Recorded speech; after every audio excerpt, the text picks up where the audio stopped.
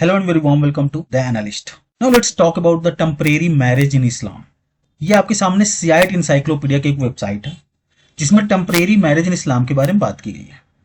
तो इनके अकॉर्डिंग क्या है कि जो टेम्परेरी मैरिज होती है, इसका दूसरा नाम भी फिक्स टर्म मैरिज या फिर अरबिक वर्ड में अगर बात करें तो इसका नाम होता है निकाह मुता। इनके अकॉर्डिंग जो टेम्परेरी मैरिज होती है वो सेम जैसे कन्वेंशनल इस्लामिक मैरिज होती है उसी तरह होती है, बट द डिफरेंस इज कि इसमें एक स्पेसिफिक टाइम पीरियड की भी बात की जाती है। अब वो स्पेसिफिक टाइम पीरियड कुछ भी हो सकता है, कुछ घंटे का हो सकता है, कुछ दिनों का हो सकता है, कुछ महीनों का हो सकता है या कुछ सालों का हो सकता है। और जैसे वो स्पेसिफिक टाइम पीरियड खत्म होगा तो ये माना जाएगा कि जो मैन और वुमेन के बीच में जो शादी हुई है वो खत्म हो रही है और वो एक तरीके से वो डाइवोर्स हो गया और वो दोनों एक दूसरे के लिए अब स्ट्रेंजर हो जाएंगे। लेकिन इसके साथ साथ जब टेम्परेरी मैरिज का कॉन्ट्रैक्ट होता है तो उसमें जो मेल होगा वो एक डाउरी देगा फीमेल को। इससे आपके माइंड में एक सवाल आ सकता है कि एक शादी एक्सपायर हुई तो दूसरी शादी तुरंत स्टार्ट की जा सकती है, लेकिन ऐसा नहीं है। इसमें एक कंडीशन ये है कि जैसे एक मैरिज एक्सपायर होगी तो 2 महीने का एक टाइम पीरियड दिया जाएगा जिसमें उस वोमेन की दूसरी शादी नहीं हो सकती, और इस जो टाइम पीरियड इसको बोला जाता है इद्दा। तो इस मैरिज के लिए ना कुछ कंडीशंस भी हैं जो 12 सिया के अकॉर्डिंग है। 12 सिया क्या है? 12 सिया जो है वो सिया इस्लाम का लार्जेस्ट ब्रांच है। ये 12 इमाम्स में अपने बिलीव्स रखते हैं और इनका मानना है कि 12 इमाम्स जो हैं वो स्पिरिचुअल एंड पॉलिटिकल सक्सेसर हैं इस्लामिक प्रॉफिट मोहम्मद के। तो आइए जानते हैं कंडीशंस क्या हैं टेम्परेरी मैरिज के। सबसे पहली कंडीशन क्या होनी चाहिए? वो मुस्लिम तो होनी चाहिए, और जो ब्राइड होनी चाहिए वो मैरिड नहीं होनी चाहिए, अच्छे कैरेक्टर वाली होनी चाहिए, और इन केस अगर वो कभी भी शादी नहीं की है पहले तो अपने वली मीन्स जो भी इस्लामिक लॉ के अकॉर्डिंग जो उस वुमेन का गार्जियन होगा उसका परमिशन लेना कंपलसरी है, और वो इंडिपेंडेंटली भी कर सकती है। उसके लिए भी कंडीशन है। सबसे पहली चीज इस्लामिकली नॉन वर्जिन हो, तब वो इंडिपेंडेंटली ये मैरिज कर सकती है बिना किसी के परमिशन के, या फिर इसका कोई वली यानी कि कोई इस्लामिक लीगल गार्जियन हो ही ना। और जो कॉन्ट्रैक्ट होगा उसके एंड होने के बाद वाइफ को इद्दा फॉलो करना पड़ेगा, मतलब 2 महीने के लिए वो दूसरी शादी नहीं कर सकती। इसका देखो रीजन ये है इद्दा फॉलो क्यों करना है। देखिए इन केस अगर वाइफ प्रेग्नेंट हो जाती है टेम्परेरी मैरिज के टाइम पे, जो भी उसका बेबी होगा उसको ये पता होना चाहिए कि उसका पेरेंट्स कौन कौन है। तो ये सारे कंडीशन है एक टेम्परेरी मैरिज के। तो ये जो टेम्परेरी मैरिज है इस प्रोविजन को मोस्टली यूज कौन करता था? देखिए प्राइमरली इसको यूज करते थे ऐसे व्यक्ति जो घर से बहुत दिनों तक दूर रहते थे, या फिर अपनी वाइफ से दूर रहते थे, या फिर जो बहुत ज्यादा ट्रैवल करते थे। एक एग्जांपल लेते हैं, मान लीजिए कोई एक मर्चेंट है, वो किसी एक शहर में जाता है और कुछ महीनों तक वहां पे स्टे करता है, तो उसके पास ये प्रोविजन है कि वो जाए वहां पे कोई डाइवोर्स्ड विडो या फिर कोई भी वुमेन जो इन कंडीशंस के अंदर फिट बैठती है उसके साथ शादी कर सकता है, और जब तक वो टाउन में है उसके साथ वो एक मैरिड लाइफ बिताएगा। उसके बाद जब वो टाउन से जाएगा तो उसको एक तरीके से डाइवोर्स दे देगा। ये प्राइमरली एग्जिस्ट कहाँ करता है? ईरान में, और जहां पे सिया कम्युनिटी एग्जिस्ट करती हो। टेम्परेरी मैरिज को एक हलाल डेटिंग का भी एक तरीका माना जाता है।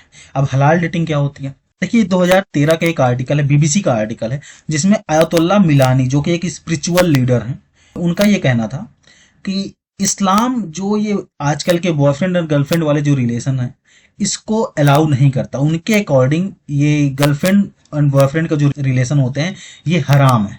तो इस हराम से बचने के लिए क्या किया जा सकता है?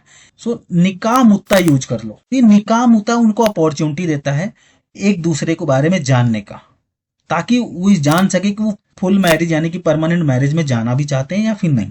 बट द क्वेश्चन इज ये टेम्परेरी मैरिज स्टार्ट कैसे हुआ? देखिए इस्लाम के अकॉर्डिंग जो मैसेंजर ऑफ अल्लाह यानी कि जो प्रॉफिट मोहम्मद थे उन्होंने इस निकाह मुता को लेजिस्लेट किया, और उसके साथ साथ इसके जो इर्द गिर्द जो रूल्स बने हैं वो भी इन्होंने ही दिए हैं। और सभी मुसलमानों का यह भी मानना है प्रॉफिट मोहम्मद के जो पूरा लाइफ टाइम था उस टाइम जितने भी मुस्लिम्स थे वो इस निकाह मुता को प्रैक्टिस भी करते थे। बट द प्रॉब्लम इज कि इसको खत्म कब किया गया, इसको लेकर जो सिया कम्युनिटी है और जो सुन्नी कम्युनिटी इन दोनों के बीच में डिसएग्रीमेंट्स है। जो सुन्नी कम्युनिटी है उनमें से मोस्ट ऑफ सुन्नी कम्युनिटी का यह मानना है कि प्रॉफिट मोहम्मद ने खुद इसको लीगलाइज तो किया, खत्म भी उन्होंने ही किया था, लेकिन जो सिया कम्युनिटी है वो कुछ और मानती है। उनका मानना यह है कि प्रॉफिट मोहम्मद ने इसको खत्म नहीं किया था, उनके पूरे पीरियड में ये मुस्लिमों के द्वारा प्रैक्टिस किया गया और उन्हें ऐसा कुछ खत्म करने जैसा कोई रूल नहीं बनाया। तो जो ये डिबेट है सिया और सुन्नी कम्युनिटी के बीच में उसको देखते हैं। जो सिया कम्युनिटी है उनका एक आर्गुमेंट है कि जो ग्रेट सुन्नी स्कॉलर है फकर अल रजी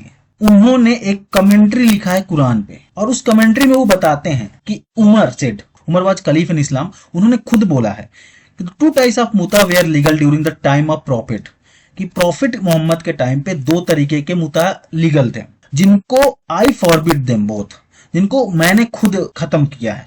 मतलब ये उमर ही बोल रहे हैं कि 2 तरीके के मुता प्रैक्टिस हो रहे थे प्रॉफिट मोहम्मद के टाइम पे, जिनको उमर ही खत्म करते हैं। और उन्होंने बोला कि अब उसके बाद जो भी इसको कमिट करेगा उसको पनिशमेंट मिलेगा। 2 तरीके के मुता कौन थे? एक था मुता पिलग्रिमेज और दूसरा था मुता ऑफ वोमेन।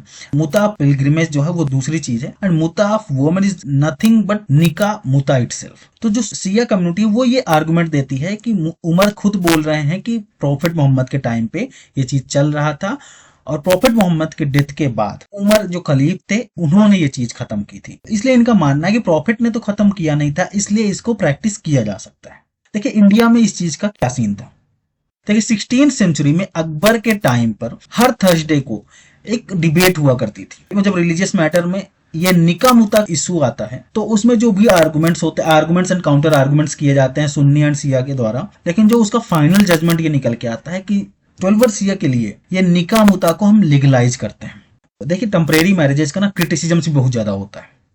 जैसे बीबीसी के द्वारा एक आर्टिकल पब्लिश किया गया था जिसमें बताया जाता है कि लंदन में एक व्यक्ति है जिनका नाम है उमर अली ग्रांट।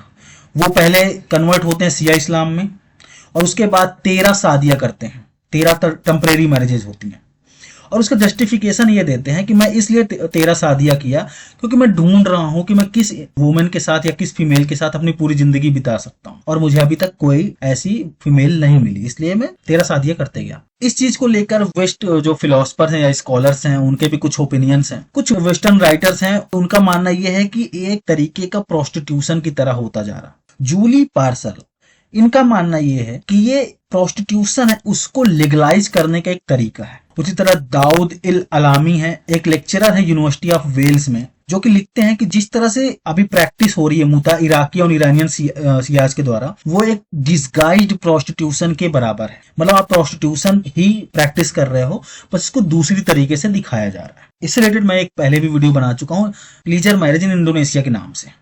तो इंडोनेशिया में एक्चुअली इसको बहुत ज्यादा प्रैक्टिस किया जा रहा है और इसके चारों तरफ एक इकोनॉमी भी बूम कर रही है। अगर आप इसके बारे में जानना चाहते हैं तो आप मेरे चैनल में इस वीडियो को देख सकते हैं। So this is the whole story of temporary marriage in Islam. I hope you like this video, and अगर आपको ये वीडियो पसंद आती है तो please hit the like button and subscribe to my YouTube channel. और मिलते हैं आपसे नेक्स्ट वीडियो में कुछ नए इन्फॉर्मेशन के साथ।